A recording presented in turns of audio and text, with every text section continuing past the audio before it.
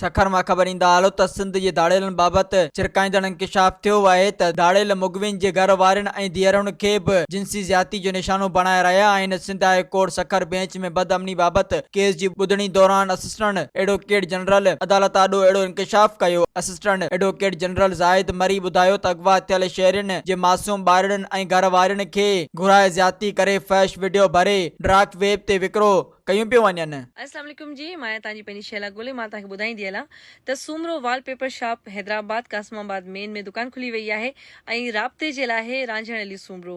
जीअं तव्हां पंहिंजे घर में वॉलपेपर्स वग़ैरह लॻारायो था या डेकोरेशन जो खोड़ सारो कमु करारायो था त यकीनन नंबर ते तव्हां राब्तो। मज़ीद ख़बरनि ऐं तफ़सीलात लाइ विज़िट कयो असांजी वेबसाइट www.awamiNewsHD.com ऐं ॾिसंदा रहो अवामी न्यूज़ HD।